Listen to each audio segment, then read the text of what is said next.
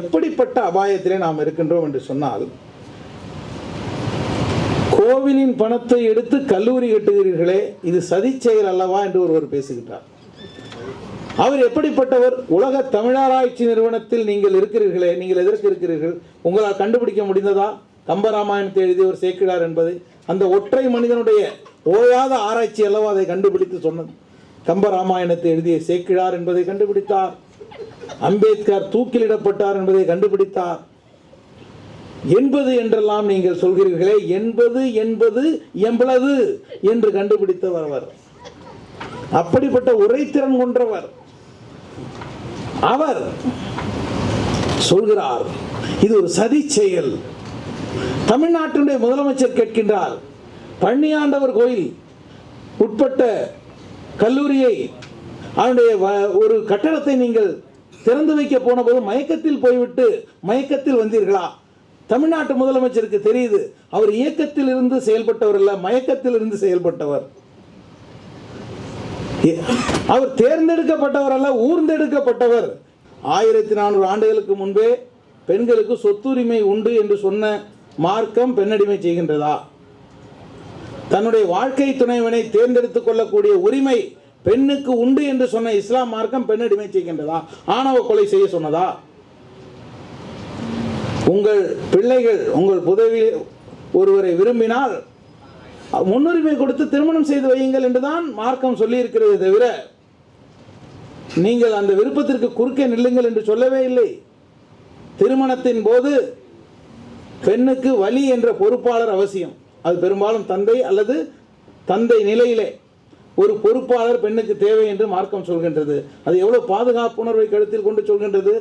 திருமணத்தின் போது ஒரு பெண் எனக்கு இந்த மனத்தில் உடன்பாடு இல்லை என்று சொன்னால் அந்த திருமணம் செல்லாது என்று சொன்ன மார்க்கம் எப்படி? ஒருவர் வருகின்றார் நபிகள் நாயகத்திடம், அல்லாவின் தூதரே, எனக்கு என் தந்தை திருமணம் செய்து வைத்திருக்கின்றார், என்னிடம் ஒரு வார்த்தை சம்மதம் கேட்கவில்லை, என்ன செய்யலாம் என்று கேட்டபோது அல்லாஹ்வின் தூதர் சொன்னார்கள், உனக்கு இந்த திருமணத்தில் சம்மதம் இல்லை என்றால் அந்த மனக்கொடையை திருப்பி கொடுத்து விடு, உன்னுடைய திருமணம் ரத்து செய்து படும் என்று சொல்லும்போது, இல்லை, எனக்கு அவரை பிடித்திருக்கிறது, நாளை பெண்களிடம் சம்மதம் கேட்காமல் ஒரு திருமணத்தை நடத்தி வைக்கக்கூடிய சூழல் வந்தால் அவர்கள் என்ன செய்வது என்று அறிந்து கொள்வதற்காகத்தான் நான் கேட்டேன் என்று அந்த சகோதரி சொல்கிறார்.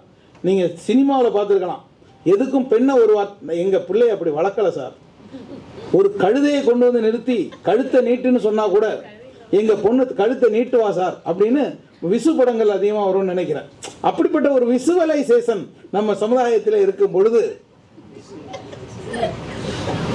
மணமகளுடைய சம்மதம் பெறவில்லை என்றால், மணமகனுடைய சம்மதம் பெறவில்லை என்றால் அந்த திருமணமே செல்லாது என்று சொன்ன மார்க்கம் பெண்ணடிமை செய்யக்கூடிய மார்க்கமா? அழகிலா அருளும் அளவிலா அன்பும் இலகும் ஓர் இறையின் இனிய பேர் போற்றி தொடக்கம் செய்கின்றேன். ஒரு இனிமையான மாலை பொழுது ஆய்வாளர் அனீஸ் பாத்திமா அவர்கள் ஆய்வு செறிவு மிகுந்த ஒரு அருமையான நூலை வெளியிடுகிறார்கள். திராவிட நாடு நாட்டமும் நாடாமையும் என்ற கருப்பொருளில் அமைந்த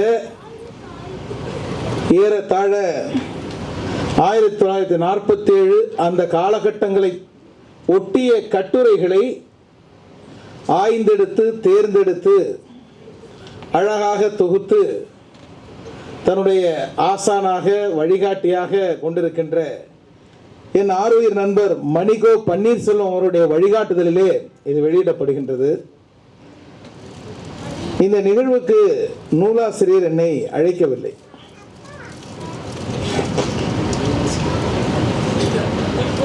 அத்தனை அழைப்புமே தோழர் மணிகோ பன்னீர்செல்வம் தான். ஆனால் அவருக்கு பணி தந்த அன்னை வேளாங்கண்ணி கல்லூரியினுடைய செயலாளர் என் ஆருயிர் நண்பர் ஆனந்த் அவர்களை அழைத்தாரா என்பதை கேட்பதற்காக அனீஸ் அவர்களுக்கு அழைத்திருந்தேன். மாலையிலே அழைத்திருக்கேன், வருவாங்களா அப்படின்னு தெரியல என்று சொன்னார்கள். இல்லை, அழைப்பில்லை, அவர் பேர் இருந்திருக்க வேண்டுமே என்று கேட்டேன். அதற்கு பிறகு முயற்சி பண்ணியிருக்கும்போது அவர்கள் சார்பிலே பேராசிரியர் ராணி பிரகாஷ் அவர்கள் இங்கே வந்திருக்கிறார்கள் என்று கருதுகின்றேன். இதனிடையே எனக்கு அன்னை வேளாங்கண்ணி கல்லூரியுடைய நிர்வாகி அருமை தோழர் ஆனந்த் அவர்கள் ஒரு செய்தி அனுப்பியிருந்தார். நானும் கேட்டேன். அவருக்கு நாங்கள் கல்லூரி வளாகத்திலே ஒரு பாராட்டு விழா வைக்க இருக்கின்றோம். இன்றைக்கு வேறொரு நிகழ்விலே நான் இருக்கின்ற காரணத்தினால் என்னால் வர முடியவில்லை என்று எனக்கு செய்தியை அனுப்பியிருந்தார். மிகுந்த அவநம்பிக்கையை, பதற்றத்தை, பயத்தை விதைக்க வேண்டிய அவசியமே இல்லை. கொண்டாடக்கூடியவர்கள் இங்கே இருக்கிறார்கள். குறிப்பாக அவருக்கு வேலை கிடைத்ததற்கு நான் காரணம் என்று இங்கே தோழர் மணிகோ பன்னீர்செல்வம் அவர்கள் சொன்னார்கள். அவர்கள் விண்ணப்பித்தது ஒரு கல்லூரிக்கு, அது ஒரு இஸ்லாமிய கல்லூரி. ஆனால் முஸ்லீம்களுக்கு இங்கே வாய்ப்பு தரமாட்டார்கள் என்பதனாலே அங்கு அவருக்கு கிடைக்கப் போவதில்லை என்று எனக்கு தெரியும். ஆனாலும் அன்றாடம் தோழர் மணிகோ பன்னீர்செல்வம் காலையில் ஒரு முறை, மாலையில் ஒரு முறை கேட்பார். இவ்வளவு கேட்கிறாரே என்பதனாலே என் அன்பு தோழர் அன்னை வேளாங்கண்ணி கல்லூரியில் மகளிருக்காக ஒரு சிறப்பான கல்வியை அவருடைய கல்வி குழுமங்கள் மூலம் வழங்கி கொண்டிருக்கின்ற என் தோழர் ஆனந்திடம் சொன்னேன். அவர் நான் சொன்னால் செய்வார். அவர் ஏற்றுக்கொண்டார். ஆகவே இந்த அருமையான நிகழ்விலிருந்து தமிழ்நாட்டின் சூழலை வாசிக்கின்ற இந்த புத்தகத்தை நாம் அறிமுகம் செய்யலாம். இந்த நிகழ்விலே நூலை பெற்றுக்கொண்ட அருமை சகோதரர் அஸ்வத் ஷரியத்தி அவர்களே, அதான் அவர் பேர். அருமையான செய்திகளை வழங்கியிருக்கின்ற திராவிட இயக்க செயற்பாட்டாளர் அருமை தோழர் திருப்பூர் மகிழவன் அவர்களே, தோழர் நர்மதா அவர்களே, நன்றியுரை நவில இருக்கின்ற அருமை சகோதரி நூலாசி எச்சி அனீஸ் ஃபாத்திமா அவர்களே, இந்நிகழ்விலே மிக மிக முக்கியமான கருத்துலக பங்களிப்பை வழங்கி கொண்டிருக்கின்ற அருமை பேராசிரியர், திராவிட இயக்கத்தின் சீரிய ஆய்வாளர், பொருளாதார வல்லுனர் பேராசிரியர் முனைவர் வே சிவபிரகாசம் அவர்கள் வந்திருக்கிறார்கள். மூத்த இதழியலாளர் ஜஃபர் ரஹ்மானி அவர்கள் வந்திருக்கிறார்கள். சமூக நீதி படைப்பாளர் சங்கத்தினுடைய மாநில பொருளாளர் அருமை சகோதரர் பேராசிரியர் முனைவர் ஜாஃபர் சாதிக் வந்திருக்கிறார்கள். அனீஸ் ஃபாத்திமா அவர்களுடைய பங்களிப்புகளை பற்றி மணிகோ பன்னீர்செல்வம் எனக்கு அறிமுகப்படுத்தி இப்படி ஒரு மாணவி இருக்கின்றார் என்று, தாவூசாவை பற்றி ஆய்வு செய்து கொண்டிருக்கிறார் என்றெல்லாம் சொன்னார்கள்.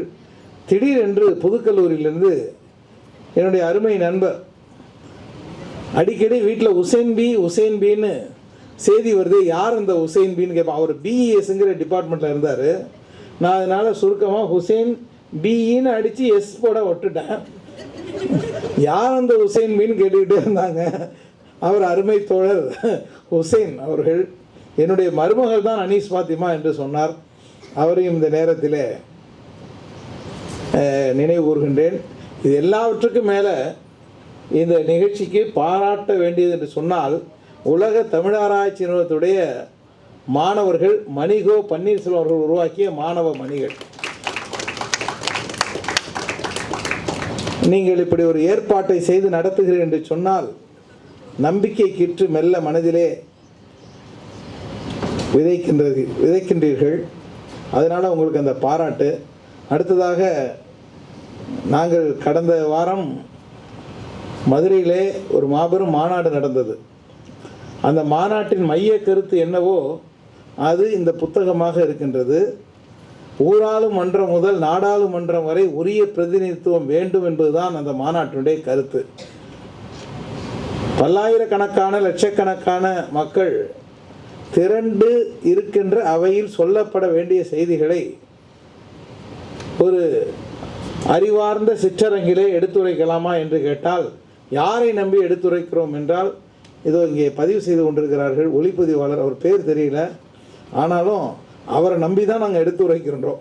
ஏனென்றால் இதை கொண்டு போய் சேர்க்க வேண்டிய பெரிய கடமை அவர்களுக்கு இருக்கின்றது. என்னன்னா, இப்போ சில நூல்கள் யாரால் எப்படி பார்க்கப்படும் என்பது இருக்கின்றது.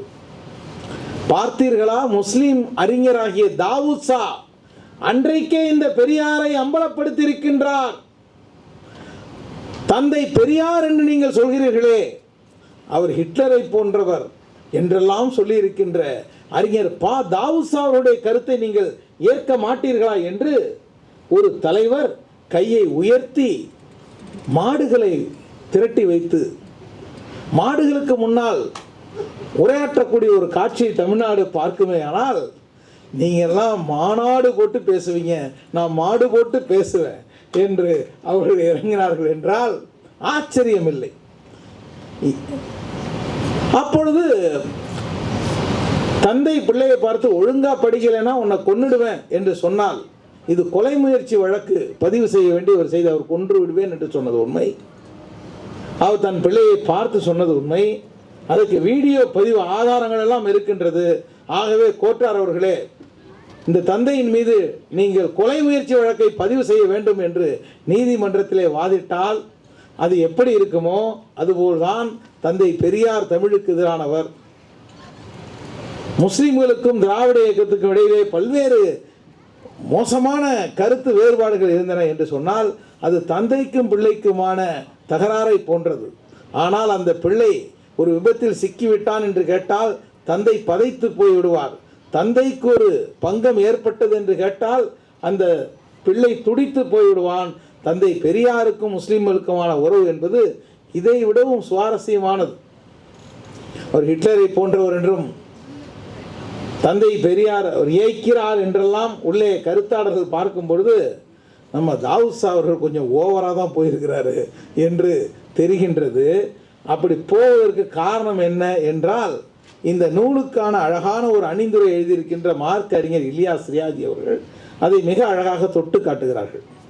திராவிட நாடு என்பது ஒன்று அமையவில்லை. இப்போது திராவிட நாடு என்பது அமையாத நிலையிலே திராவிட நாடு குறித்து எழுப்பப்பட்ட கேள்விகள் பற்றி பேசுகிறோம். அங்கே திராவிட நாட்டில் முஸ்லிம்களின் வகிபாகம் என்ன, திராவிட நாட்டில் முஸ்லிம்கள் எப்படி நடத்தப்படுவார்கள் என்பதை நீங்கள் முன்பே சொல்லிவிடுங்கள் என்று அவர் மீண்டும் மீண்டும் கேட்கின்றார். அதற்கான விடை வராத வரை அவர் தந்தை பெரியாரையும் கூட கடுமையான விமர்சனத்திற்கு ஆளாக்குகின்றார். எப்பொழுது தந்தை பெரியார் அதை குறித்து மிக தெளிவாக திண்ணமாக எழுதிவிட்டாரோ அதன் பிறகு இந்த இயக்கத்தில் பங்கேற்பது உங்கள் கடமை என்று சொல்லும் நிலைக்கு பா. தாவூசா அவர்கள் வந்து விட்டார்கள். இது போல வரலாற்றை புரிந்து கொள்ளாமல் முதல் பாதி, நான் புதிய தலைமுறை தொலைக்காட்சி தொடங்கும் பொழுது முதல் ஒரு ஆண்டு என்னுடைய ஒரே ஒரு கருத்தை போட்டு முடிப்பார்கள். அதாவது சுதந்திர இந்தியாவின் முதல் பயங்கரவாதம் எது என்று கேட்பேன். அதுதான் ஒரு ஆண்டு புதிய தலைமுறையினுடைய சுதந்திர இந்தியாவின் முதல் பயங்கரவாதம் அண்ணல் காந்தியடிகளுடைய படுகொலை. பயங்கரவாதிகள் என்றும் தீவிரவாதிகள் என்றும் முஸ்லிம்களை சொல்கிறீர்களே, இந்தியாவில் முதல் பயங்கரவாதத்தை நிறைவேற்றியவர்கள் அரங்கேற்றியவர்கள் யார் என்ற கேள்வி தொடர்ச்சியாக ஒரு பதிவில் வந்தது. ஒரு டெக்ஸ்ட் எப்படி எடுத்துக்கொள்ளப்படும்? தந்தை பெரியார் தமிழுக்கு எதிரானவர், தந்தை பெரியார் தமிழை இழிவுபடுத்தினார், காட்டு மிராண்டி மொழி என்று சொன்னார் என்றெல்லாம் இன்றைக்கு பேச வந்தவர்கள் ஒரு காலத்திலே அவர்கள் திரைக்கூடங்களிலே உதவி இயக்குநர்களாக இருந்தவர்கள் இன்றைக்கு சமுதாய அக்கறை திடீரென்று 40 வயதுக்கு மேலே ஏற்பட்டு இந்த நாட்டை திருத்த வேண்டும், ஏட்டை புரட்ட வேண்டும் என்றெல்லாம் கிளம்பி இருக்கிறார்கள்.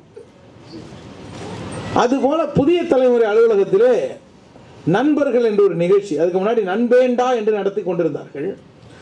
அதை நண்பர்கள் என்று பெயர் மாற்றம் செய்வதற்கு அன்றைக்கு தோழர் ஜென்ராம் அவர்கள் சொன்னார்கள், நீங்கள் வருகிறீர்கள், உயர் கோபண்ணா அவர்கள் வருகிறார்கள், ஆறுமுக நயினார் அவர்கள் வருகிறார்கள், இப்படிப்பட்ட அப்புறம் இன்னொரு வருவார், ரொம்ப தார்மாராக பேசுவார், கல்யாணராமன் இருக்கு. நீங்கள்லாம் வர்றதுனால கல்யாணராமனுக்காக பேர் மாற்றினதா சொல்லலை, ஆனால் நீங்கள் வருவதனால நண்பேண்டா என்பதை நண்பர்கள் என்று மாற்றிவிட்டோம் என்று சொன்னார். அதுபோல ஒரு நிகழ்ச்சி நண்பேண்டா என்று நடந்து கொண்டிருக்கும் பொழுது நான் விருந்தினராக சென்றிருந்தேன். அந்த நிகழ்ச்சியில் 4 பேர், பத்ரி கிழக்கு பதிப்பகம் நடத்தினார் இல்லையா, அவர், நம்முடைய திராவிட முன்னேற்ற கழகத்தை சேர்ந்த தொடர் கடலூர் புகழேந்தி, இதெல்லாம் அதனுடைய அங்கத்தினர்கள். அப்போது வானதி அவர்கள் எனக்கு ஒரு புத்தகத்தை, வானதி சீனிவாசன் இப்போது சட்டமன்ற உறுப்பினர், கோவையில் தேர்ந்தெடுக்கப்பட்ட சட்டமன்ற உறுப்பினர், ஒரு புத்தகத்தை கொடுக்குறார். இதை அவசியம் நீங்கள் படிங்க. என்ன புத்தகம் என்று பார்த்தால் அது கருப்பாயி என்ற நூர்ஜஹான் என்ற நாவல். கருப்பாயி என்ற நூர்ஜஹான் இந்த நாவல் என்ன சொல்கிறது என்று சொன்னால், மீனாட்சிபுரத்திலே தன்மானத்தை தேடி இஸ்லாம் மார்க்கத்தை தழுவியவர்களுக்கு இப்பொழுதும் இன இழிவு நீடிக்கிறது என்பதுதான் யாரோ பாலசிங்கம்னு ஒரு தோழர் அவர் எழுதின ஒரு நாவல். இதை படிங்க தோழர், அவசியம் படிங்க என்று திரு வானதி அவர்கள் கொடுத்தார்கள். அதன் பிறகு தோழர் டி.எம். மணி என்று அறியப்பட்ட நீல புலிகள் இயக்கத்துடைய நிறுவனர் டி.எம். உமர் ஃபாரூக்காக மாறிய அன்பு தோழர் அவர்கள் தஞ்சையிலே ஒரு திறந்த வெளியிலே சவால் விட்டு, இந்த புதினத்தில் சொல்லப்பட்டவை அனைத்துமே இட்டுக்கட்டி எழுதப்பட்டவை, உண்மை என்றால் வந்து நிரூபியுங்கள் என்று திறந்த வெளி அரங்கில் அவர் அறைகோல் விடுத்த பிறகு அந்த செய்திகளெல்லாம் பொய்மைகள் என்று வெளி உலகத்துக்கு தெரிய வந்தன. அதன் பிறகு விடுதலை சிறுத்தைகளுடைய தலைவர் அருமை சகோதரர் எழுச்சி தமிழர் திருமாவளவன் அவர்கள் மீனாட்சிபுர மதமாற்றங்களைத்தான் தன்னுடைய முனைவர் பட்ட ஆய்வுக்கு எடுத்துக்கொண்டார். எடுத்துக்கொண்டு அந்த முனைவர் பட்ட ஆய்வை சென்னை பல்கலைக்கழகத்தில் அவர் சமர்ப்பித்தார். அவருக்கு பட்டம் வழங்கப்பட்டது. அதில் தன்மானத்தை தேடியும் இன இழிவிலிருந்து விடுபடவும் தான் இஸ்லாமுக்கு அந்த மக்கள் போனார்கள் என்பது ஆய்வுபூர்வமாக மெய்ப்பிக்கப்பட்டது. அத்தனை பேரிடம் ஆய்வு செய்திருந்தார். ஒரு பிரதியை இப்படி படிக்க வேண்டி இருக்கின்றது. இன்றைக்கு திராவிட நாடு இல்லை என்றாலும் கூட மக்களை பார்த்து திராவிடம் நாடு என்று சொல்ல வேண்டியிருக்கிறது. ஏன் திராவிடம் நாடு என்று சொன்னால், திராவிடம் என்பதற்கான பொருளை நாம் அகராதியில் தேட முடியாது, வரலாற்றில் தான் தேட முடியும் என்று பேராசிரியர் சுபவீரபாண்டியன் அவர்கள் அடிக்கடி சொல்வார்கள். திராவிடம் என்பது ஒரு நிலப்பரப்பு குறித்த ஒரு கருத்தோட்டம் அல்ல, ஒரு இன விடுதலைக்கான கோட்பாடு. இன இழிவை துடைத்து எறிவதற்காக கட்டப்பட்ட ஒரு மாபெரும் விடுதலை இயக்கத்தினுடைய வெளிப்பாடு. அது ஏதோ ஒரு நாடு கேட்பதற்காக உருவான இயக்கம் அல்ல, தன்மானம் கேட்பதற்காக உருவான இயக்கம். இன்றைக்கு தமிழ்நாடு முஸ்லிம் முன்னேற்ற கழகத்தின் பொதுச் செயலாளர் என்ற ஒரு நிலையிலே நான் இங்கே பேசினாலும் கூட, எங்கள் குடும்பத்திலிருந்தே திராவிட இயக்கத்துடைய முன்னோடிகள் இருந்திருக்கிறார்கள். என்னுடைய பெரிய தந்தை திராவிடர் கழகத்திலே பணி செய்து பிறகு திராவிட முன்னேற்ற கழகத்தில் திருவாரூரில் கலைஞருக்கு மன்றம் அமைத்த முதலாம் அவர். திராவிட முன்னேற்ற கழகம் சந்தித்த முதல் உள்ளாட்சி தேர்தலுடைய வேட்பாளர், அந்த ஊரின் மாபெரும் கோடீஸ்வரர் நம்முடைய அருமை தோழர் ஆர் பாலகிருஷ்ணன் இருக்கிறாரே, இந்திய ஆட்சி பணி அலுவலர், அவருடைய மாமனார். அவரை எதிர்த்து திராவிட முன்னேற்ற கழகத்தின் சார்பிலே ஒரு கூலி தொழிலாளியாக கணக்கப்பிள்ளையாக இருந்தவரை திராவிட முன்னேற்ற கழகம் களத்தில் இறக்கியது, ஒரு மாபெரும் தொழிலதிபரை எதிர்த்து. அதுபோல இசைமுரசு நாகூர் அனிபா அவர்களை எல்லோரும் அறிவார்கள். இப்படி எங்கள் குடும்பத்திலிருந்தே திராவிட இயக்கத்திற்கு போனவர். நானும் மேடையில் அமர்ந்து மாபெரும் மக்கள் திரளை பார்ப்பதெல்லாம் அந்த இயக்கத்தினுடைய மேடைகளில் தான். என்றாலும் கூட தமிழ்நாடு முஸ்லிம் முன்னேற்ற கழகத்தில் பயணிக்க வேண்டும் என்ற நிலை எப்பொழுது ஏற்பட்டது என்பதற்கான விடைதான் இந்த நூல். இன்றைக்கும் கூட்டணியில் இருக்கின்றோம், உரிமையோடு சண்டை போடுகின்றோம். ஏன் சண்டை போடுகின்றோம்? உங்களால் தான் கொடுக்க முடியும். கலைஞர் அவருடைய வீட்டை கூட நாங்கள் முற்றுகையிட்டோம். ஏன் முற்றுகையிட்டோம்? ஒரு காலத்திலே கொடுக்க வேண்டிய தந்தையிடம் தான் கொடு என்று மகன் கேட்பான். தெருவில் போகிறவனா போய் கேட்க முடியும்? அந்த உணர்வை உணர்ந்தவர், முஸ்லிம்களுடைய நியாயத்தை தெரிந்தவர், வழங்க வேண்டும் என்ற உள்ளம் கொண்டவர். அவர் சொல்லும் பொழுது கூட கருணாநிதி என்ற பெயரிலே நிதி குறைவாகவும் கருணை நிறைவும் இருக்கின்றது, நிதி நிறைவு இருந்தால் எடுத்து வழங்கி இருப்பேனே என்றெல்லாம் சொல்லி இந்த வகுப்புரிமையை நிலைநாட்டுவதற்கான அற்புதமான கோட்பாட்டை கொண்டிருக்கின்ற இயக்கம் திராவிட இயக்கம் என்ற பொழுது, அதற்கும் முஸ்லிம்களுக்கும் இருக்கின்ற வரலாற்று பயணத்தை ஒரு மறு வாசிப்பு செய்யும் வகையிலே அருமை ஆய்வாளர் அனீஸ் ஃபாத்திமாவுடைய இந்த படைப்பு அமைகின்றது. இந்த நேரத்திலே நாம் சிந்தித்து பார்க்க வேண்டும், எப்படிப்பட்ட அபாயத்திலே நாம் இருக்கின்றோம் என்று சொன்னால்,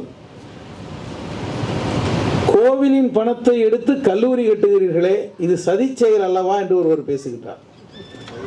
அவர் எப்படிப்பட்டவர்? உலக தமிழாராய்ச்சி நிறுவனத்தில் நீங்கள் இருக்கிறீர்களே, நீங்கள் எதற்கு இருக்கிறீர்கள்?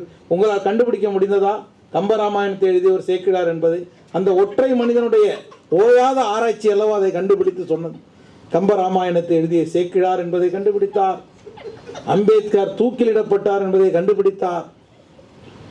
என்பது என்றெல்லாம் நீங்கள் சொல்கிறீர்களே, என்பது எவ்வளவு என்று கண்டுபிடித்தவர் அவர். அப்படிப்பட்ட உரைத்திறன் கொன்றவர் அவர். சொல்கிறார் இது ஒரு சதி செயல். தமிழ்நாட்டினுடைய முதலமைச்சர் கேட்கின்றார், பழனியாண்டவர் கோயில் உட்பட்ட கல்லூரியை அவருடைய ஒரு கட்டடத்தை நீங்கள் திறந்து வைக்க போன போது மயக்கத்தில் போய்விட்டு மயக்கத்தில் வந்தீர்களா? தமிழ்நாட்டு முதலமைச்சருக்கு தெரியுது அவர் இயக்கத்தில் இருந்து செயல்பட்டவர் அல்ல, மயக்கத்தில் இருந்து செயல்பட்டவர். அவர் தேர்ந்தெடுக்கப்பட்டவர் அல்ல, ஊர்ந்தெடுக்கப்பட்டவர் என்று உணர்ந்து வைத்திருக்கின்றார். அப்பொழுது அவர் அப்படி கேட்கின்றார், சதி செயல் என்கிறார். ஒன்றை புரிந்து கொள்ளுங்கள், இந்த இடத்துல நமக்கு என்ன கேள்வி? அது இந்து சமய அறநிலையத்துறை அது தொடர்பான விவாதத்திலே நீங்கள் ஏன் கருத்து சொல்கிறீர்கள் என்று கேட்கலாம். கருத்து சொல்வதற்கு ஒரு காரணம் இருக்கின்றது. அன்ன சத்திரம் 1000 வைத்தல், ஆலயம் 10,000 நாட்டல், அன்னையாவினும் புண்ணியம் கோடி ஆங்கோர் ஏழைக்கு எழுத்தறிவித்தல் என்று பாரதியார் பாடியிருக்கின்றார். எல்லோருக்குமே கல்வி தேவை என்று சொல்கின்றது. எல்லோருக்குமே கல்வி என்றால் அது திராவிடம், எல்லோருக்கும் ஏன் கல்வி என்றால் அது சனாதனம். அதுதான் ஏகலைவனின் கட்டை விரலை வெட்டி எடுத்தது, அதுதான் சம்பூகனின் கழுத்தை வெட்டியது, அதுதான் நவீன காலத்திலே ரோஹித் வெமுலாக்களை தூக்கில் போட்டது. எல்லோருக்கும் ஏன் கல்வி என்று கேட்கிறார்கள். அதை மறைமுகமாக புதிய கல்விக் கொள்கை என்ற பெயரிலே புகுத்துகிறார்கள். குலக்கல்வி முறையை கொண்டு வர விரும்புகிறார்கள். அப்பொழுது மக்கள் படிக்கக்கூடாது, படித்து வாழ்வில் உயரக்கூடாது, தங்களுடைய இழிநிலையை உணரக்கூடாது என்று எண்ணிக்கொண்டிருப்பவர்கள் மத்தியிலே நீ படி, அது முன்னேற்றத்தின் முதல் படி என்று சொல்லக்கூடிய ஒரு அரசின் கொள்கை அவர்களுக்கு கடினமாக தெரியும். எம்ஜிஆர் அவர்கள் முக்கியமாக எம்ஜிஆர் அவர்கள் தொடங்கி இருக்கிறார்கள், கல்லூரியை தொடங்கி வைத்திருக்கிறார். அதற்கு முன்பே 60களிலேயே இந்து சமய அறநிலையத்துறை கல்லூரிகளை தொடங்கி இருக்கின்றது. ஆனால் ஒன்று கவனிக்க வேண்டும், வக்ஃபு வாரியம் கல்லூரி நடத்தவில்லையா? நடத்துகிறது. மதுரையிலே வக்ஃபு வாரிய கல்லூரி இருக்கின்றது. நீங்கள் பாருங்கள், வக்ஃபு வாரிய கல்லூரியிலே 6 பேராசிரியர் பணியிடங்களில் 6ஐயுமே முஸ்லீம் அல்லாதவர்கள் கொடுக்கும் பொழுது நாங்கள் ஒரு போராட்டம் நடத்தினோம். பாவம், முஸ்லீம் கல்லூரினா ஒரு முஸ்லீம் சேர்த்துங்க. இப்போ சென்னை மாநகரத்தில் அப்படி இருக்கின்றன பெயர் முஸ்லீம் கல்லூரி, ஆனால் ஒரு துறையில் ஒரு இடம் கூட முஸ்லீமுக்கு இல்லை. அவ்வளவு பெரிய மனசாப்பா உங்களுக்குன்னா அவர்கள் காந்திய பற்றோடு செய்கிறார்கள். அது சும்மா செய்ய. காந்திய பற்று என்றால் எப்படி? அதுதான் நீங்க நினைக்கிறீங்களே, அதுதான். அந்த புன்னகை பூத்த காந்தியின் முகம் வந்து சமுதாய நலனை எல்லாம் பின்னுக்கு தள்ளி விடுகின்றது. எண்ணி பாருங்கள், இந்து சமய அறநிலையத்துறையின் கல்லூரிகள் திராவிட மாடல் திமுக ஆட்சியிலே அதிகமாக உருவாக்கப்பட்டதிலே எல்லாருக்கும் மகிழ்ச்சி. ஆனால் அங்கே ஒரு முஸ்லீம் பேராசிரியர் பணிக்கு விண்ணப்பிக்க கூட முடியாது. இது சரிதானா? சம்பளத்தை தமிழ்நாடு அரசல்லவா வழங்குகின்றது, இந்து சமய அறநிலையத்துறை வழங்குகின்ற ஊதியம் அந்த சமயத்தவருக்குத்தான் என்று சட்டம் இருக்கின்றது, ஏற்றுக்கொள்ள வேண்டும். கோவில் உண்டியலிலிருந்து வரக்கூடிய பணத்திலிருந்து ஊதியம் வழங்கப்படுமே, ஆனால் அது ஒரு இந்துவுக்குத்தான் கொடுக்கப்பட வேண்டும் என்பதில் நாம் உறுதியாக இருக்க வேண்டும். அரசு கருவூலத்திலிருந்து ஊதியம் பெறும் பொழுது அங்கே முஸ்லிம்களும் கிறிஸ்தவர்களும் விண்ணப்பித்தால் என்ன, அதில் என்ன தடை இருக்கின்றது என்று நாம் கேட்கும். நல்ல வேலை திராவிட மாடலுக்கு அப்போ உன் கல்லூரியோட லட்சணம் என்னன்னு திருப்பி கேட்காம இருக்கிறாங்களே, அது வரைக்கும் சந்தோஷம். அதனால தான் நம்மளால் சத்தமாக கேட்க முடியுது. ஏப்பா, இந்து சமய அறநிலையத்துறையில் நாங்களும் விண்ணப்பிக்கணும்னு கேட்குறீங்களே, நீங்கள் என்ன லட்சணத்தில் இருக்கீங்கன்னு திருப்பி கேட்டால் பதில் சொல்ல முடியாது. ஆனாலும் ஒரு அரசு பொதுவானதல்லவா, அந்த விதிமுறை சரிதானான்னு கேட்கும்போது இப்போது அது சதி செயல் என்று சொல்லும் பொழுது ஒரே கூட்டணி தான், ஒற்றுமையாக இருக்கின்றோம், நாளைக்கு திமுக அரசை வீழ்த்த வேண்டும் என்று வருபவர்கள் நான் ரொம்ப வெளிப்படையாகவே சொல்வேன், திமுக நண்பர்கள் தொலைக்காட்சிவாதங்களில் பேசுகிறதை விட ஒருபடி அதிகமாக போய் நாங்களும் தோழர் செந்தில்வேல் போன்றவர்களும் அதிகமாக பேசியிருக்கிறோம். தமிழ்நாட்டுடைய சட்டப்பேரவையிலே 14 பேர் இருக்க வேண்டும், 7 பேர் தான் இருக்கிறார்கள். உள்ளாட்சி மன்றம் சென்னை போன்ற மாநகராட்சிகளில் எத்தனை பேர் இருக்க வேண்டும்? அந்த வாக்கு, அந்த மக்கள் தொகை வீதாச்சாரத்துக்கு ஏற்ப எந்த இடத்திலுமே இல்லை. நான் புள்ளி விவரங்களுக்கு எடுத்தேன், ஆனால் அவங்களுடைய நேரம் கருதி தவிர்க்கின்றேன். அதை விரிவாக புத்தகமாகவே போட்டிருக்கின்றோம். சிறிய புத்தகம் தான், அது உங்களுக்கெல்லாம் விரைவிலே கிடைக்கும். மதுரை மாநாட்டிலே பேராசிரியர் ஜவாஹர்லால் அவர்கள் ஆற்றிய உரை ஒரு 10 பக்க புத்தகமாக வருது. அப்போது விகிதாச்சாரம் நாளுக்கு நாள் குறைந்து கொண்டிருக்கும் பொழுது தாவூத் அவர்கள் அதை அன்றைக்கே கேள்வி எழுப்புகின்றார். அமையப் போகின்ற திராவிட நாட்டில் முஸ்லிம்களுடைய நிலை என்ன, அவர்கள் என்ன வகையில் நடந்து, நீங்கள் எல்லா மதமும் எப்போதுமே நம்ம பகுத்தறிவு தோழர்களுக்கும் ரொம்ப வேகமாக போகும்போது எல்லாமே பெண்ணடிமை செய்யக்கூடிய மதங்கள் தான். எது பெண்ணடிமை செய்யக்கூடிய மதம்? 1400 ஆண்டுகளுக்கு முன்பே பெண்களுக்கு சொத்துரிமை உண்டு என்று சொன்ன மார்க்கம் பெண்ணடிமை செய்கின்றதா? தன்னுடைய வாழ்க்கை துணைவனை தேர்ந்தெடுத்துக் கொள்ளக்கூடிய உரிமை பெண்ணுக்கு உண்டு என்று சொன்ன இஸ்லாம் மார்க்கம் பெண்ணடிமை செய்கின்றதா? ஆணவ கொலை செய்ய சொன்னதா? உங்கள் பிள்ளைகள் உங்கள் புதவி ஒருவரை விரும்பினால் முன்னுரிமை கொடுத்து திருமணம் செய்து வையுங்கள் என்றுதான் மார்க்கம் சொல்லி இருக்கிறது தவிர நீங்கள் அந்த விருப்பத்திற்கு குறுக்கே நில்லுங்கள் என்று சொல்லவே இல்லை.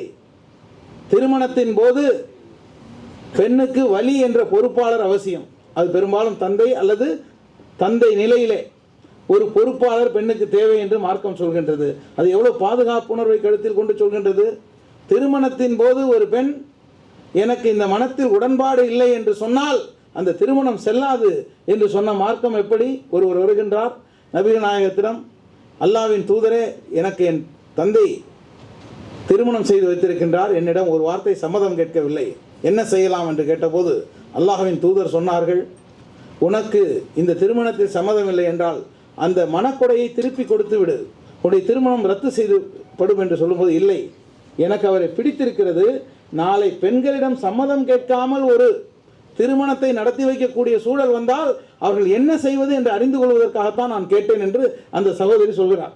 நீங்கள் சினிமாவில் பார்த்துருக்கலாம், எதுக்கும் பெண்ணை எங்கள் பிள்ளை அப்படி வளர்க்கலை சார், ஒரு கழுதையை கொண்டு வந்து நிறுத்தி கழுத்தை நீட்டுன்னு சொன்னால் கூட எங்கள் பொண்ணு கழுத்தை நீட்டுவா சார் அப்படின்னு விசு படங்கள் அதிகமாக வரும்னு நினைக்கிறேன். அப்படிப்பட்ட ஒரு விசுவலைசேஷன் நம்ம சமுதாயத்தில் இருக்கும் பொழுது மணமகளுடைய சம்மதம் பெறவில்லை என்றால், மணமகனுடைய சம்மதம் பெறவில்லை என்றால் அந்த திருமணமே செல்லாது என்று சொன்ன மார்க்கம் பெண்ணடிமை செய்யக்கூடிய மார்க்கமா? அமெரிக்காவிலே கூட 50 வருஷத்துக்கு முன்னாடி தான் ஓட்டு உரிமை வந்தது. ஒரு சட்டம் இயற்றப்படுகின்றது, என்னன்னா திருமணத்தின் போது பெண்களுக்கு மனக்கொடை கொடுக்க, வரதட்சணை வாங்கக்கூடாது, மனக்கொடை கொடுக்க வேண்டும். அப்படி மனக்கொடை கொடுக்க முடியாமல் நிறைய இளைஞர்களுக்கு திருமணம் நடக்க முடியாத சூழல் இருக்கும்போது கலிஃபா உமருடைய ஆட்சி, நீங்கள் புரிந்து கொள்ள வேண்டும், இந்தியாவில் கலிஃபா உமர் அவருடைய ஆட்சியை போன்ற ஒரு ஆட்சியைத்தான் விரும்புகின்றேன் என்று தேசப்பிதா காந்தியடிகள் சொன்னார்களே, அந்த உமர் அவர்களுடைய காலத்திலே இந்த சட்டம் ஒன்று இயற்றுவோம், உச்சவரம்பு விதிப்போம் மகருக்கு என்று சொல்லும்போது ஒரு பெண்மணி எழுந்து திருக்குரானில் ஒரு பொற்குவியலையே நீங்கள் மனக்கொடையாக கொடுத்த போதும் அதிலிருந்து திரும்ப பெறாதீர்கள் என்று சொல்லப்பட்டிருக்கும் பொழுது ஒரு பொற்குவியலையே வாங்கிக் கொள்வதற்கு இறைவன் எங்களுக்கு அனுமதி தந்திருக்கிறான், நீங்கள் யார் சட்டம் இயற்றுவதற்கு என்று உமர் அவர்களை பார்த்து ஒரு பெண்மணி கேட்டார். அந்த சட்டமே கைவிடப்பட்டது. ஆனால் 3 வேளாண் சட்டங்களை கைவிடுவதற்கு பல உயிர்கள் இந்த நாட்டில் பறிக்கப்பட்டன. ஒற்றை பெண்ணின் குரல் எதிர்க்கட்சியே இல்லாத குடியரசுத் தலைவருடைய சட்டத்தை நிறுத்தி வைக்கிறது. இங்கே எதிர்க்கட்சி இருக்கிறது, உச்ச நீதிமன்றம் இருக்கின்றது, உயர் நீதிமன்றங்கள் இருக்கின்றன. அது ஐயாசாமிகளை ஆண்டு கணக்கில் அலையவிடும். அர்னாப் கோஸ்வாமிகள் காலையிலே போயிட்டு மாலையில ஜாமீன் வாங்கிட்டு வந்துடுவாங்க. மற்றவர்கள் ஜாமீன் கேட்டு போனால் கடல்லே இல்லையா அப்படிங்கிற மாதிரி, கோர்ட்லே இல்லையா அப்படின்னு சொல்லிடுவாங்க. இப்படிப்பட்ட ஒரு நீதி பரிபாலனங்கள் நடந்து கொண்டிருக்கின்ற ஒரு நாட்டிலே நீங்கள் எல்லா மதமும் மோசமானது, எல்லா மதங்களும் பிற்போக்கானது என்று சொன்னால் அதை பகுத்தறிவு பூர்வமாக ஒன்று சொல்ல வேண்டும் அல்லவா? தந்தை பெரியார் தான் சொன்னான். அவன் நிற்க வச்சு கும்புறான், அவன் படுக்க வச்சு கும்புறான்னு சொன்னது யாரை பார்த்து? தர்கா வழிபாடுகள். அதே தான் 80களில் இந்த இயக்கங்கள் எல்லாம் மலர்ந்தன. அப்பொழுது மூட நம்பிக்கைகளே இல்லையா இஸ்லாமில்? தாவூத் ஷா அதை எதிர்த்து கிளம்பியவர் தானே, எழுதியவர் தானே. ஆனால் அந்த சடங்குகள் ஒழிந்து விட்டனவா? முன்பெல்லாம் செயற்கைக்கோள் தொலைக்காட்சிகள் கிடையாது, சமூக ஊடகங்கள் கிடையாது. கடந்த வாரம் என்ன நிலைமை? இந்துக்களும் சேர்த்து பூக்குழியில் இணங்குகின்ற காட்சி. முகரம் பண்டிகை வந்து விட்டது. இந்துக்களும் சேர்த்து நெருப்பு குழியில் இறங்கி எல்லாரும் சேர்ந்து நெருப்பு குழியில் இறங்கிடாதீங்கன்னு சொல்ல வந்த மார்க்கம் தான் இஸ்லாம். ஆனால் இங்கேயே சமய நல்லிணக்கம் எங்கே இருக்குது? டாஸ்மாகில் இருக்குது. சமய நல்லிணக்கத்தை எங்கே கொண்டு போகிறான்? நெருப்பு குழியில் இறங்குறதுல கொண்டு போகிறான். இதுவெல்லாம் தவறு. இவையெல்லாம் மார்க்கத்தில் சொல்லப்படாதவை என்று ஒரு பரப்புரை. வரதட்சணை வாங்காதே, அது மார்க்க விதிகளுக்கு எதிரானது. பெண் அடிமைத்தனம். ஆனால் முஸ்லிம் சமுதாயத்தில் இருக்கிறதா? இருக்கிறது. அதை எதிர்த்து தான் இயக்கங்களை நடத்தினோம். இன்றைக்கு அந்த நிலைமை மாறி வருகின்றது. இப்படிப்பட்ட சூழலில் பழமை இருளுக்குள்ளே, மோசமான கொடுமைக்குள்ளே ஆரியம் ஒரு சமூகத்தை இழுத்துச் செல்ல விழைகின்றது.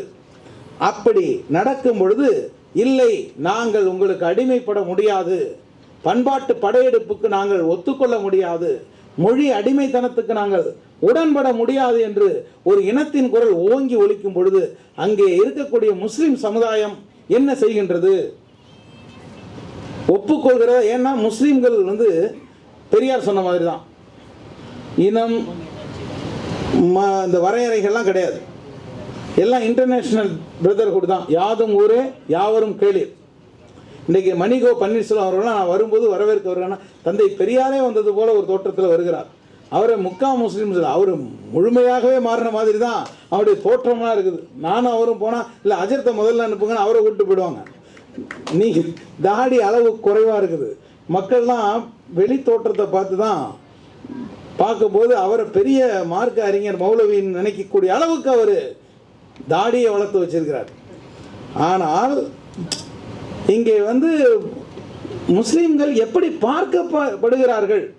இலியாஸ் ரியாஜி அவர்கள் காலையில் பேசி கொண்டிருந்தார். இப்போ சொன்னார், பேர் சொல்ல வேணாம், நான் பெரிதும் நேசிக்கக்கூடிய திராவிட முன்னேற்ற கழகத்தின் அறிவு சுடர் என்று நான் பாராட்டக்கூடிய ஒரு அருமை சகோதரர் அவரை சந்திச்சிருக்கிறார். சந்திக்கும் போது, பொம்பளை பிள்ளைங்கள்லாம் படிக்க வைங்க அப்படின்னு இலியாஸ் ரியாஜிட்ட சொல்லுகிறார். என் 3 மகளும் டாக்டரு, பெண், அதுவும் மார்க்க அறிஞர். நம்ம மணிகோ பன்னீர்செல்வம் போல தாடி வச்சிருக்கிறாரு. அப்போ இவங்க பெண்களை வீட்டிலேயே முடக்கி வச்சிருப்பாங்க போல் இருக்கு அப்படின்னு நினைக்கிறாங்க. ஆனால் நினைக்கிறார்கள், அது கட்டமைக்கப்பட்ட கருத்து திராவிட இயக்கம் வரைக்கும் பாய்ந்திருக்குது பாருங்க. வரும்போது பேராசிரியர் நம்முடைய அருமை சகோதரர் சிவபிரகாசம் ஐயா அவருடைய சிந்தனைகள் உலகளாவிய அளவில் கவனிக்கப்படக்கூடியது. பட்டினி இந்தியாவில் பாபர் மசூதியும் ராமர் கோவிலும் என்று பாபர் மசூதி இடிக்கப்படுவதற்கு 6 மாதங்களுக்கு முன்பே புத்தகம் எழுதியவர். இப்போது அகண்ட தமிழகமே திராவிட நாடு என்று அவருடைய அற்புதமான புத்தகம், அதுக்கு நான் அணிந்துரை கூட எழுதியிருக்கின்றேன். அப்படிப்பட்ட பங்களிப்பு தந்தவர்கள் வரும்போது தாவூத் ஷா ராவுத்தரா இல்லை அப்படியே கேட்குறாரு. ஏங்க காந்தி பனியாவா இல்லை இதுவான்னு கேட்போமா? அதுவா அவருக்கு அடையாளம்? அவர் கும்பகோணத்துக்காரர், அவர் நாச்சியார் கோவில். ஒரு மாபெரும் அறிஞர் சிவபிரகாசம் அவர்கள் எவ்வளவு பெரிய அறிவின் வீச்சு பெற்றவர். ஒரு முறை கவிஞர் வைரமுத்து என்னிடம் சொன்னார், இந்த சிவபிரகாசம் ஐயாவுக்கெல்லாம் நம்ம என்னையா செஞ்சோம், இவ்வளோ அற்புதமாக ஆணித்தரமாக கருத்துக்களை எடுத்து வைக்கிறாரே என்று கவிப்பேரரசு வைரமுத்து போன்றவர்களாம் வியந்த மனிதர். அவர் தாவூத் ஷா ராவுத்தர் தானே அப்படின்னு கேட்குற அளவுக்கு அந்த கும்பகோணம் மண்ணிலேருந்து கேட்டிருக்கான்னா, தாவூத் ஷா அவரை போய் சேரலையே. தாருல் இஸ்லாம் 40 ஆண்டு காலம் ஒரு பத்திரிகை நடந்திருக்கின்றது தமிழ்நாட்டில். இது வரைக்கும் தந்தை பெரியாரை புகழ்ந்து எழுதிய முஸ்லீம்களை மட்டும்தான் நான் பார்த்துருக்கிறேன், படிச்சிருக்கிறேன். தந்தை பெரியாரை இந்த அளவுக்கு உரிமையாக சட்டையை பிடிச்சி சண்டை போட்ட ஒருவரை நான் இங்கே தரிசிக்கிறேன். அவருடைய பேரன் தாவூசா, அவருடைய பேரனோட தொடர்பில் இருக்கிற நூர்தீன் அவர்கள் அமெரிக்காவில் இருந்து. இப்படிப்பட்ட ஒரு ஆளுமை தந்தை பெரியாரோடு முரண்டு பிடித்த முஸ்லீம்கள் இருக்கிறார். ஒரு முறை மன்னார்குடியிலே ஒரு கூட்டம், அந்த கூட்டத்தில் முடிவில் தந்தை பெரியாரை பொறுத்த வரைக்கும் சரியாக அந்த வழிச்செலவெல்லாம் கொடுத்து ஒழுங்காக அனுப்பி வைக்கணும், அனுப்பி வைக்க வேண்டியவரை காணும். அப்போது எங்கே அந்த சாஹிப் எங்கே போனான் கூப்பிட்டவன் என்று அவர் தேடுகின்றார். யாரை? கவி காமு ஷெரீஃபை. சாஹிபு அப்படின்னு அந்த இஸ்லாமிய அடையாளத்திலேயே கூப்பிட்ட உடனே அவர் ஒரு கடிதம் எழுதுகிறார் பெரியாருக்கு. இதுவெல்லாம் வேண்டான்னு நீங்கள் சொல்கிறீங்க, நான் அந்த கூட்டத்துக்கு ஏற்பாடு செய்திருக்கிறேன், உங்களை வழி அனுப்பி வைக்கும் இடத்தில் நான் இல்லை, வேறு ஒரு பணியாக போயிருந்தேன், நீங்கள் என்ன சொல்லி தேடினீங்க, அது தவறு இல்லையா என்று கேட்டவுடன் அதை பெரியார் ஒப்புக்கொண்டார். அதுதான் பெரியார், அவர்தான் பெரியார். ஆகவே இப்படிப்பட்ட ஒரு சூழல் நடக்கின்றது. நான் நேரத்தின் அருமை கருதி விரைந்தே முடிக்கின்றேன். அதனால் மணி பார்த்து கொண்டே ஒரு இடத்துக்கு வந்திருக்கேன். திராவிட நாடு என்பது திராவிட இனத்துக்கான உரிமையா? இதற்கு பின்னால் இனம் இல்லை, பொருளாதார சுரண்டல் தான் இருக்கின்றது என்பதை அன்றைக்கே தாவூசா அவர்கள் சுட்டிக்காட்டி இருக்கின்றார். பொருளாதார சுரண்டல் எந்த அளவுக்கு இருக்கின்றது என்பதை சுட்டிக்காட்டுகிறார். தமிழ்நாட்டினுடைய முக்கிய தொழில்கள் அனைத்துமே வடவர்கள் கையிலே இருக்கின்றன. அதில் தமிழர்கள் முன்னேற முடியாத வகையிலே ஒன்றிய அரசு, அன்றைக்கு மத்திய அரசுன்னு சொல்லுவோம்ல, அவர்களுடைய துணை இருக்கின்றது. எல்லாமே அவர்கள் பக்கம் இருக்கும் பொழுது பொருளாதார ரீதியாக தமிழ்நாடு சுரண்டப்படுகின்றது. இந்த சுரண்டலுக்கு எதிராகத்தான் ஒரு கோரிக்கை எழுகின்றது என்று அவர் சொன்னார். நேற்று முன்தினம் தமிழ்நாட்டுடைய முதலமைச்சர் பேசுகின்றார்.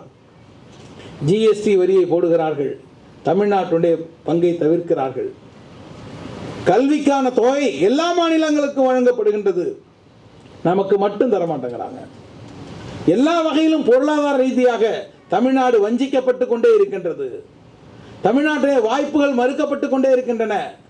தமிழ்நாடு என்பது ஏதோ பகை நாடு போல ஒன்றியத்தில் இருப்பவர்களால் பார்க்கப்படுகின்றது. பல்வேறு வஞ்சனைகள் நிகழ்த்தப்படுகின்றன, பல கொடுமைகள் இழைக்கப்படுகின்றன. 2500 கோடிக்கு மேலே சமஸ்கிருத மொழிக்கு செலவிடுகிறார்கள். தமிழுக்கு ஒன்றுமில்லை. ஒரு 100 சொச்சம் கோடி 5 மொழிகளை சேர்த்து செலவிடுகிறார்கள் என்னும் பொழுது, நான் கடைசியாக பாவேந்தர் பாரதிதாசன் இளைஞர்களை தட்டி எழுப்புவதற்கு சொன்ன செய்திகளை சொல்லி விடைபெறுவது பொருத்தமாக இருக்கும் என்று நினைக்கின்றேன். தாவூசா அவர்கள் ஒரு இணை தண்டவாளம் போல இந்த சமுதாயம் செயல்பட வேண்டும், அதில் கொள்கை என்ற தொடர்வண்டி ஓட வேண்டும் என்ற வகையிலே முஸ்லிம்கள் திராவிட இயக்க கோரிக்கையோடு இணைந்தும் இயைந்தும் நடக்க வேண்டிய அவசியத்தை எடுத்துரைத்திருக்கிறார்கள். பாவேந்தர் பாரதிதாசன் சொல்வார், பூட்டிய இருப்பு கோட்டையின் கதவு திறக்கப்பட்டது, சிறுத்தையே வெளியில் வா, எலியென உன்னை இகழ்ந்தவர் நடுங்க, புலியென செயல் செய்ய புறப்படு வெளியில், நம்பினை பகலினை நல் இருள் என்றே, சிம்புட்பறவையே சிறகை விரி எழு, கை விரித்து வந்த கயவர் நம்மிடை பொய் விரித்து நம் புலன்கள் மறைத்து, தமிழுக்கு விலங்கிட்டு தாயகம் பற்றி நமக்குள்ள உரிமை தமக்கென்பாரெனின், வழி வழி வந்த உன் மரத்தனம் எங்கே, மொழிப்பற்றெங்கே, விழிப்புற்றெழுக, இகழ்ச்சி நேர்ந்தால் இறப்போம் என்றும் புகழ்ச்சியே எம் பூணாம் என்றும் வையம் ஆண்ட வண்டமிழ் மரபே கையிருப்பை காட்ட எழுந்திரு, குறிக்கும் உன் இளைஞர் கூட்டம் எங்கே, மறிக்கொணா கடல் போல் மாப்பகை மேல்விடு, நன்மொழிக்கு விடுதலை நல்கிட எழுந்திடு என்று எழுதினார். இன்றைக்கு திராவிடம் என்றால் தேவையா என்று கேட்கிறார்கள். ஆனால் பெரியாரை அந்நியர் என்று சொல்கிறார்கள்.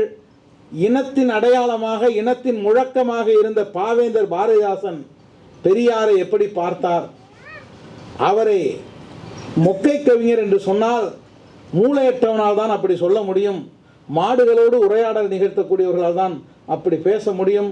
மாட்டரசியல் மிக அபாயமானது. அதை நான் கடைசியாக சொல்லி முடிக்கின்றேன். வட மாநிலத்தில் மாட்டை அறுக்கக்கூடாது என்று மக்களை அறுக்கிறார்கள். இங்கே மக்களையெல்லாம் அறுத்து முடித்த ஒருவர் இப்போது மாட்டை உட்கார வச்சு பேசி அறுக்கிறார். அவரை போல நாம் மக்களையும் அறுக்கக்கூடாது என்று நினைக்கின்ற மனிதாபிமான கோரிக்கை உடையவன் என்பதனாலே நான் இந்த மாட்டை அறுக்கிறார்களே, அதாவது மாட்டை கூப்பிட்டு வச்சு அதுக்கு பேச்சு புரியும் நினைக்கிறார்களே, அந்த மாட்டை அறுக்கக்கூடிய சீமாண்டிகள், சீமார்கள், இவர்கள் விஷயத்திலே தமிழ்நாடு எச்சரிக்கையாக இருக்க வேண்டும். திராவிடம் என்பது வேறொன்றும் இல்லை. அன்று அடைந்தால் திராவிட நாடு, இல்லையேல் சுடுகாடு என்றார்கள். இன்றைக்கு தமிழ்நாட்டையே சுடுகாடாக ஆக்க முயற்சி கொண்டிருப்பவர்கள் மத்தியிலே திராவிடம் என்பது ஆரியம் என்ற தீரா விடத்தை முறிக்க வந்த மருந்து. வெறி ஆரியத்தை வீழ்த்துவதற்கு நம்மிடம் பெரியாரியம் தேவையாக இருக்கின்றது, அம்பேத்கரியம் அவசியமாக இருக்கின்றது. இவை அனைத்தின் கலவையாக இஸ்லாம் இருக்கின்றது. அது இனி இழைவை அழிக்க உதவுகின்றது. இவற்றையெல்லாம் அன்றைக்கே எடுத்துரைத்து கட்டுரையாக தீட்டிய பா. தாவூசா அவர்களுடைய மறுமை வாழ்வும் மன்னரை வாழ்வும் சிறக்க வேண்டும். அவருடைய ஆய்வுகளை மிகச் சிறப்பாக எடுத்துரைத்திருக்கின்ற அனீஸ் ஃபாத்திமா அவர்களுக்கு மனமார்ந்த பாராட்டுகளை தெரிவிக்கின்றேன். அவர்களை சிறப்பாக வழிநடத்தக்கூடிய மணிகோ பன்னீர்செல்வம் அவர்களுக்கு என் மற்றற்ற மகிழ்ச்சியும் வாழ்த்துக்களையும் நன்றிகளையும் தெரிவித்து நிறைவு செய்கின்றேன். நன்றி. நீங்கள் தொடர்ந்து பார்க்கணும்னா ஸ்பாட்லைட் டெலிவிஷன் சேனலை லைக் பண்ணுங்கள், ஷேர் பண்ணுங்கள், கண்டிப்பாக சப்ஸ்கிரைப் பண்ணுங்கள். சப்ஸ்கிரைப் பண்ணணும்னா கீழே உள்ள பெல் ஐக்கானை கிளிக் செய்யவும். அதன் பின் உங்கள் இமெயில் ஐடியும் பாஸ்வேர்டும் டைப் பண்ணாலே போதும். Hi, this is Inia here. For more filmy entertainment news, subscribe to